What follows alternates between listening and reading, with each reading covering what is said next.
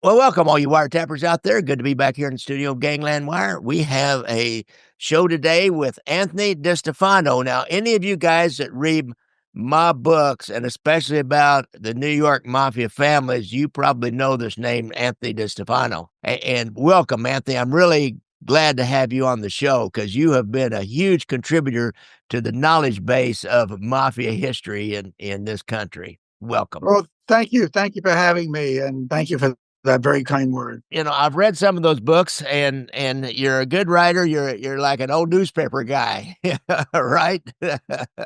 Well, yeah, I still am.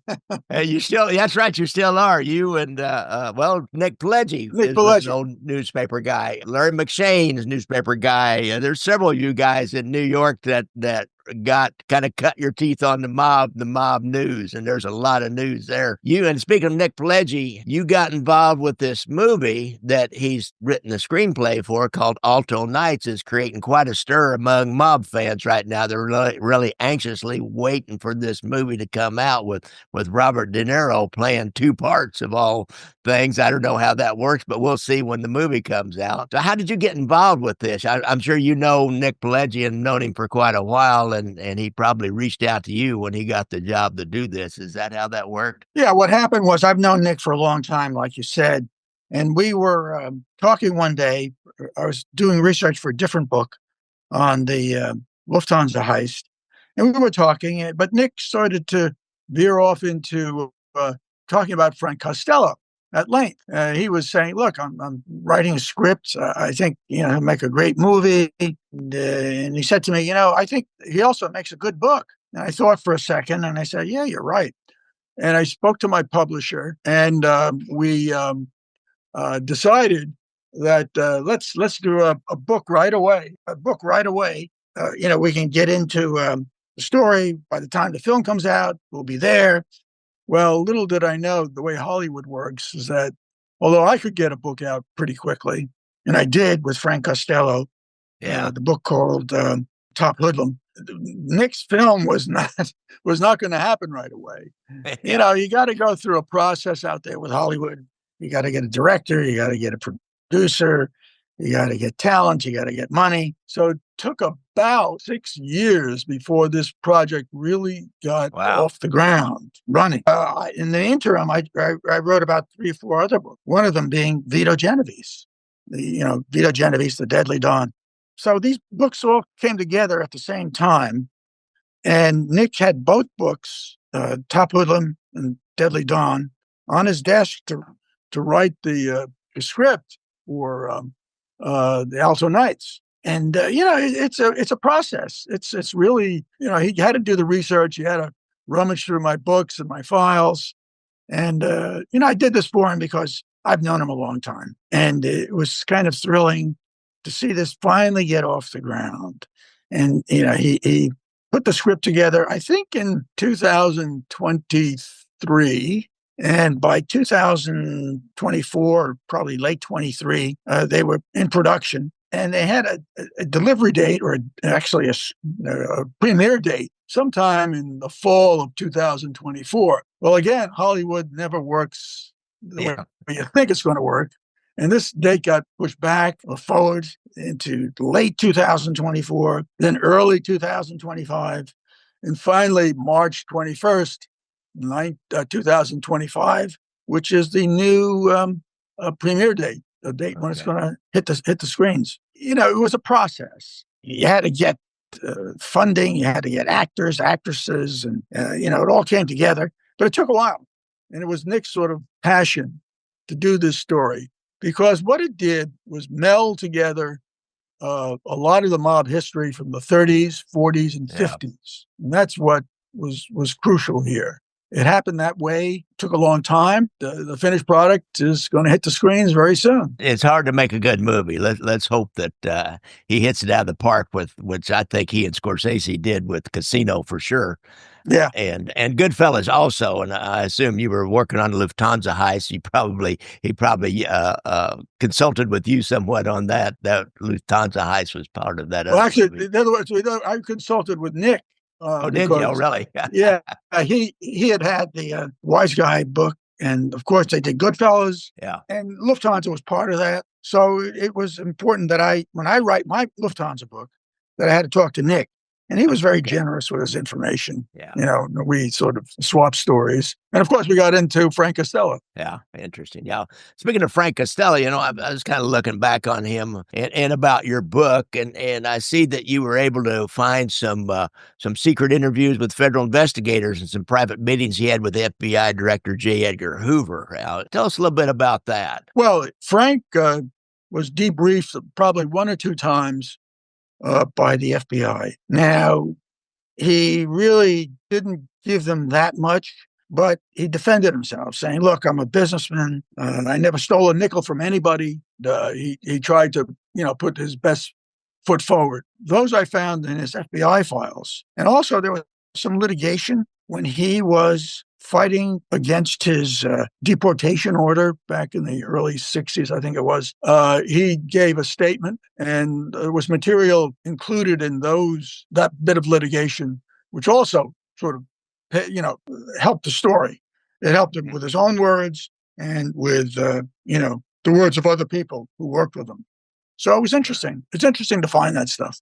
Yeah, that really would be. It would be just be fun to read and put in some historical perspective. And speaking of historical perspective, he was mentor. His first boss was Lucky Luciano, and he was actually running Luciano family when Luciano was gone. So talk a little bit about that and his partnership with him. It seemed like Luciano was a real businessman and Frank was a real businessman. They wanted to run this thing with less murder, although they created it on murder, but they wanted to run this thing with less murder. Now that transition there, that's really interesting to me. Well, Luciano is credited with creating the concept of the commission and the sort of almost corporate organization for the mob, with all the families would get together in sort of a ruling council, like a board of directors, and try to mitigate violence and run things as a business. Costello was, of course, under Luciano at the time and during that period.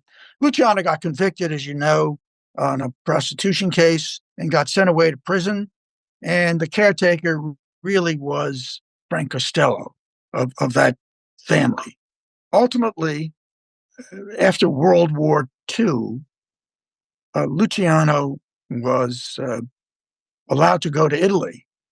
His sentence was commuted, I suppose you would call it that. And he went to Italy. So we had Costello nominally in charge. And interestingly, when Luciano left the country, Vito Genovese came back because he was ducking a murder rap out of Brooklyn. He fled to Italy, got palsy with Mussolini, and ultimately worked as a translator, if you believe it, for the U.S. Armed Services provisional government after the war. But of course, they got wise to Vito, and they realized that he's wanted on a murder rap back in Brooklyn. So they deported him back to Brooklyn, where he beat the case. And that gave him an extra bit of armor and sort of clout, if you will, because he got out from under that indictment. And he had ambitions, and he was vying over the years for power with Costello. Mm-hmm. So this is where the sort of friction and the rivalry comes to pass post-World War II. And it really, of course, hit a peak in the 1950s when Genovese really wanted to be the power and moved against Costello in the assassination attempt. And we all know what happened then. Yeah. Frank survived. That's part of the Alto Knights story, by the way. It's a main focus of it. And that rivalry and the assassination. And ultimately, Frank Costello decided to retire. Mm-hmm. And did he retire fully? Well, the FBI watched him for months and years, and they came up with no indication that he was involved in anything in terms of the crime family. But the suspicion is, and I think this is suggested in the Alto Knights film, is that Costello tipped off the authorities to Genovese's big upstate crime conclave in Appalachin in New York, where they were all sort of busted And people think that Costello had a hand in tipping off the cops to get back at Genovese. And when you think about it, look, it's plausible. But I think really what happened was that Genovese was very headstrong, and he didn't heed people's advice. They kept saying, Vito, let's not have a meeting in upstate New York where we don't know any of the cops. Let's go to Chicago or someplace like that. And but he stuck to his guns, and they had the meeting upstate. They got busted by the state police. There was all this bad publicity, indictments, which ultimately got thrown out. But still, Vito's stock did not increase or get any better with that disastrous meeting in Appalachin. Frank Costello, meanwhile, was, the elder statesman. He was watching the things from afar, telling the FBI, look, I'm just a gambler and a businessman, and I have nothing to do with any of that stuff anymore. And Vito, of course, after the disastrous meeting upstate, gets indicted for drugs. And that was his real undoing, because he got convicted on little evidence, by the way, I must say. I read the case file, and there was really little evidence, except that coming from one informant who had some credibility issues. But he got convicted anyway and sent to prison, where Vito died. Frank lived the rest of his life out and died in his own hospital bed, so to speak, outlasting Vito by a few years. He was such an interesting guy. He was able to affect this front even before he, quote unquote, retired. He had such great rapport with politicians and reporters, and so he was, and you even saw him in the Kefauver Commission. He was not he didn't come across as your atypical gangster wearing sunglasses inside and talking to this real Brooklynese accent like some of them did. That really painted a picture for the rest of the United States of what a mobster was like. He was a interesting guy. Yeah, Frank Costello aspired to be legitimate, aspired to be accepted by moneyed society and political society, and to some extent he was, particularly in the politics. And he really tried to create this veneer of respectability, and to some extent he succeeded, particularly after he so-called retired. Now with Vito, it was just the opposite. Vito was not a very good businessman. He had some businesses, but they weren't as prominent, politically connected as Frank's. And this is where the antagonism is portrayed in film. You'll see that. Frank wants to be respectable. Vito says, well, you can't be part of them. You're just like me and the rest of us. We're all gangsters, basically. And the interesting thing, I should mention, people are saying the original name of the film was Wise Guys. Of course, that's very close to the book Wise Guy that Nick wrote. They changed it to Alto Knights. And the Alto Knights was a real mob social club in the post-World War II period on the intersection of Mulberry Streets and Kenmare in Lower Manhattan, not far from the old police headquarters, as it turns out. And that's where Vito had his club and base for operation. And of course, until he got sent away. The story I hear was that Robert De Niro, as a young teenager, used to play pool in the Alto Knights, which eventually gravitated to more of a sort of neighborhood club, because the gangsters like Vito were gone. And so he was probably the only person I've heard who actually was alive, who actually was familiar with the club. So it has a special, I think, ring for him in that regard. But that's where the Alto Knights name comes from. It was a club. Now, you asking me why Alto Knights as a club name? I have no idea. There's certain, some people think it was an operatic connotation. But who knows? I mean, I don't know where they got this from. And I'd read a little bit about it. It was been a social club for a long time. I didn't realize it kind of morphed on into a regular social club, on up into the 50s for neighborhood people to come in and play pool. That's interesting. Before the Rabinite and the Bergen Fish and Hunt Club and all the Wimpy Boys Club and all those famous clubs later on, there was the Alto Knights. Was Yeah. the Yeah. the club. Yeah. And De Niro, I think, as a teenager, and I'm not sure what period that would have been, possibly in the 60s. Yeah.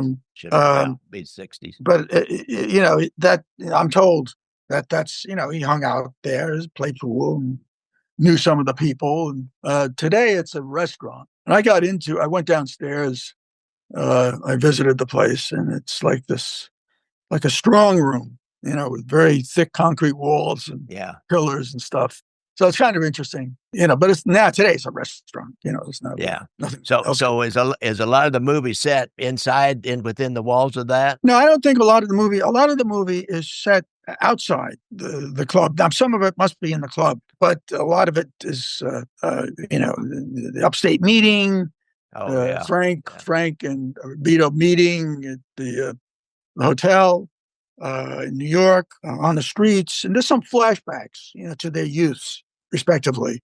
And of course, some part of the movie deals with the relationship they had with their wives. Frank's wife was Jewish, Bobby, and they met, married probably in 1920, well, either 1917 or 1920, somewhere in there. Vito's wife, it was his second wife in the film, Anna. She was a very tempestuous, pretty woman, from the photos I've seen, scheming in her own way. And she ran some of Vito's nightclubs in the West Village. He actually signed a power of attorney when he fled to Italy. And he complained later on that she sort of screwed him out of some money. But she was very, very, she was a mob wife in the sense that when she was first interviewed by the congressional investigator, she denied knowing anything. She denied knowing anything about anything. He provides for me, he gives me money. I buy the groceries, whatever. Later, when she filed for divorce, she, of course, made the allegations against Vito that he was the head of all crime in New York. He was the head of gambling. He was doing this. He was doing that. And he used to meet with gangsters. So the tune changed, I guess, to suit her strategic needs. And it was funny because ultimately they didn't get divorced. The divorce action was dismissed or withdrawn. And Vito signed an agreement to support her.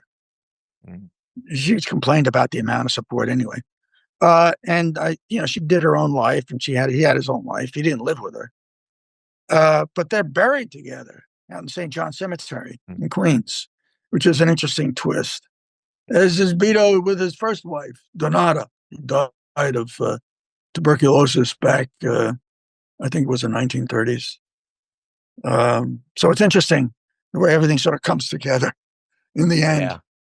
Those parallel lives that were so different but yet so similar. I think that's a fascinating topic that as they went along. Now, did the famous Cuban meeting in 1947 was that kind of like almost the genesis of a conflict between Vito Genovese and Frank Costello? Because there were some problems down there with Lucky Luciano trying to put Genovese in his place, if I remember right. History is right. Well, I think the rivalry started before then. I think Genovese saw, when he came back to the United States after being exiled, that he saw Costello as the man in his way. So this would have been just before that Cuban meeting, which was a notorious meeting. And I suspect probably, knowing Vito, he felt slighted. He felt that he wasn't getting his due well before then. So I think that's where the antagonism started. It's this is a classic tale of a conflict between a gangster and a racketeer. It seems to be like, Yeah. Sammy the Bull Gravano explained the difference between a gangster and a racketeer. Who's a racketeer? That's a more sophisticated, Right. union infiltrator and that kind of thing. And the gangster is a guy that runs the narcotics networks and does all the loan sharking and and that kind of a thing. A racketeer will run a sports book. So it's kind Yeah. of a classic story between those two personalities. And in every crime family, you're going to have some gangsters and some racketeers. Yeah. That's yeah. I think that it's a very apt sort of distinction. The people who are more sophisticated, and there are others who sort of are like the street guys. Do the work, the dirty work. And I think that's what you have here. I think that the role of the two women in their lives is interesting and plays out in the film. Anna Genovese was the more scheming, whereas Bobby Costello was the more supportive in that regard. They were Costello didn't have any children, as far as we know, although the rumors that he may have had a child out of wedlock, but nothing's ever been proven. Vito had with Anna a son, Philip, who died not long ago. He died probably within the last year and a half. And Anna had a daughter from a previous marriage. I believe that's how it went. So there was some offspring on the Genovese side, but nothing on the Costello side. Yeah, it seemed like when he got out of the business and died, it was just like that name was gone. It's totally gone. Yeah. You can go to St. Michael's Cemetery in Queens, and Costello has a nice mausoleum there. He's there with his wife and I think his parents and her parents. So it's interesting.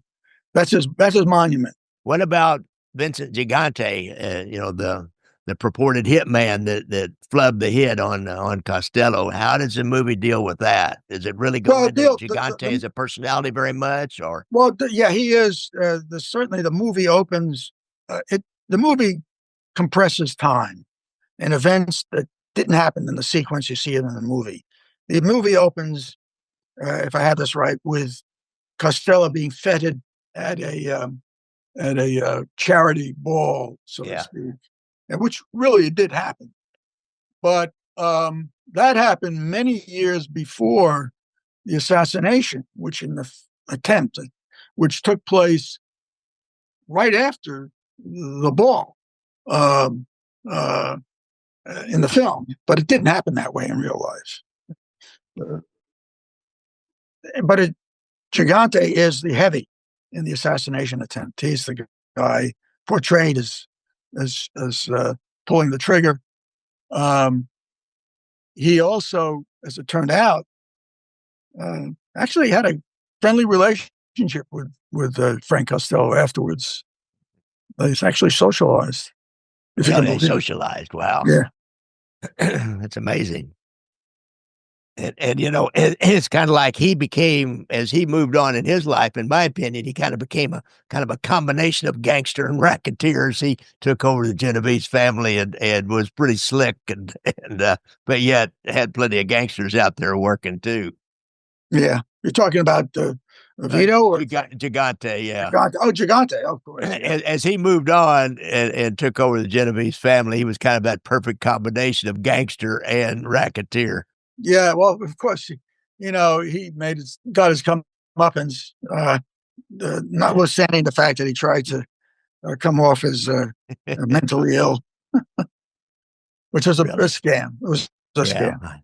Yeah, I interviewed this Mike Campisi, who was one of the FBI agents that worked that case, and talked about the day that Gigante had to admit in open court that he'd been faking all that time. Pretty interesting. Yeah, I was there that day in court. Oh, were you? He took that plea. Yeah, he made the admission. Okay. Yeah, really. Well, the federal government has a way of bending you to their will if they put enough people on you. That's for sure. Yeah, that's true. All right. Anything else? Any interesting little stories about the making of the movie that you remember, or anything else you'd like to say about this story? No, other than the fact that when I went out to uh, visit Nick Pileggi in his home out in East Hampton, he had the books right there on his desk, all dog-eared, and, Yeah. you know, were put together with little indexes, and he called me up to ask me about certain photos and films and if I could get them for him. So, but like I said, it was something I did for him because he was actually in my life, my career. He's been pretty helpful, and Yeah. he never asked for anything. So, Yeah. yeah, I Interesting felt guy. I should reciprocate. Yeah, he does like you. I know you do your research, but like you, he does his research. He He doesn't does. just go to the internet and pull off what he can. He does his research. I know when he was working on Casino, he was here in Kansas City with an FBI agent friend of mine. He was a case agent on that, Hmm. and he spent I think 2 or 3 days with Bill, and Bill had snagged a lot of stuff that he brought home from that, and he really went into Bill's mind and memory and his papers that he brought home and wiretap transcripts and all that at great length Yeah, to well, Nick create does. that He's out story. of that school. He's out of that Yeah, school where you do the work. He also has an institutional memory of a lot of the mob events and history and personalities over the years. So he has that advantage. He told when I was a younger reporter, he gave me a little tip on looking at the local newspapers out of Brooklyn. These little, hmm, weeklies, and he said, "Well, why do you do that?" And he said, "Well, do you see these photographs here?" And they were photographs of local social events. But in the events, there were some of these mobsters yeah. who would show up, like at a wedding or a anniversary party. And he said, here's Tommy Gambino." And sure enough, there was Tommy. And I said, so I started looking at those newspapers. I didn't find anybody particularly important later on, but it was an interesting tip, and Yeah, he was full of little tidbits like that. very interesting. Well, the movie is Alto Knights, and this is Tony DeStefano and his two books. Do you have copies of those books there? I do actually. It's too hard to get. It's Frank Costello, the Frank Costello. It's the top hoodlum, Frank top hoodlum, Costello, Frank Costello. Frank Costello, Prime Minister of the Mafia, Yeah. and the other one is the Deadly Dawn, Vito Genovese. Yeah, and guys, I'll have links to those books, or you can get those on Amazon in the show notes. And Tony has a whole bunch of other books out there. It's almost too many to go into. So I'll put a link to his author page on Amazon. Yeah, You just thank go you. into that author page, you'll find all the books that he's done. I really appreciate your research into the mob over the years, because Tony, you have added, as I said earlier, you've added so much to the body of knowledge. Did you ever think it would become so popular? Over the years, I thought, is anybody really interested in this anymore? Yeah. And it turns out they are. They are, yeah. I don't know. Maybe thanks to The Sopranos. I don't know what we have to thank for it, but it's it's immensely popular. They can still continue to make these huge, big budget productions with people like Robert De Niro and Martin Scorsese Yeah, yeah. people like that. We'll To see more. I'm sure we'll see more films. yeah, Sure. I think we will. All right, Tony. Thanks a lot for coming on the Well, show. thank you, sir, and thank you for your good perspective, and also for your own personal knowledge of events. And really helps for a great interview. Thank you. Well, we try. We try. Thanks a lot, Tony. Okay, take care. All right. Well, guys, that was a fun interview. I really like Tony. He's just a real good guy, easy to talk to, and so knowledgeable. It's just amazing how knowledgeable he is. And don't forget, I like to ride motorcycles, so look out for motorcycles when you're out there on the streets. And if you have a problem with PTSD, be sure and go to the VA website and get that hotline number. And hand in hand with PTSD, I say the same things over again. I hope you don't get too bored with it. Most guys probably shut off at this point in time. But go to Anthony Ruggiano's website or his YouTube page and get that hotline number. He's a drug and alcohol counselor down in Florida. He was a Gambino prospect, I believe, proposed member at one time. His dad was a mate guy. And you have a problem with betting, gambling, 1-800-BETS-OFF. We're just about to get the sports app here in the state of Missouri. So that's been a big contributor. I know a lot of you guys use it right correctly. My son uses it a lot, and I think he uses it correctly. I've never seen him have any problems with this, but you can get hooked on those things, those prop bets and all that, and they really create an addictive kind of a pull to people. So, and I understand that. I've had my own problems when I was young. I figured out that it was not doing me any good. I could do a lot better without these things in my life that I was addicted to. So, don't forget, I got some books out there. Like I was talking about Tony, I will put a link to my author page. I've got the book of my old podcast, some of my old podcast shows about the New York Mafia or Big Apple Mafia, New York Five Families or something like that. I'll put a link up to it. And Windy City Mafia, the Chicago outfit. And then I've got my book on the skimming case in Las Vegas from a Kansas City perspective. We know the casino perspective from Las Vegas. This is from the Kansas City perspective where that investigation first started. That's called Leaving Vegas, how FBI wiretaps ended the mob domination of Las Vegas casinos. And I've got a few videos out there. You can either you can rent the DVDs online. I got 3 of them at Amazon. And I've also got them. You can buy the DVDs or you can rent them streaming both on my website and on Amazon. So thanks a lot, guys. I appreciate you putting up with my little sales pitch here at the end. And nothing happens till you sell something. Thanks, guys. Thanks, guys. Thanks, guys. Thanks, guys.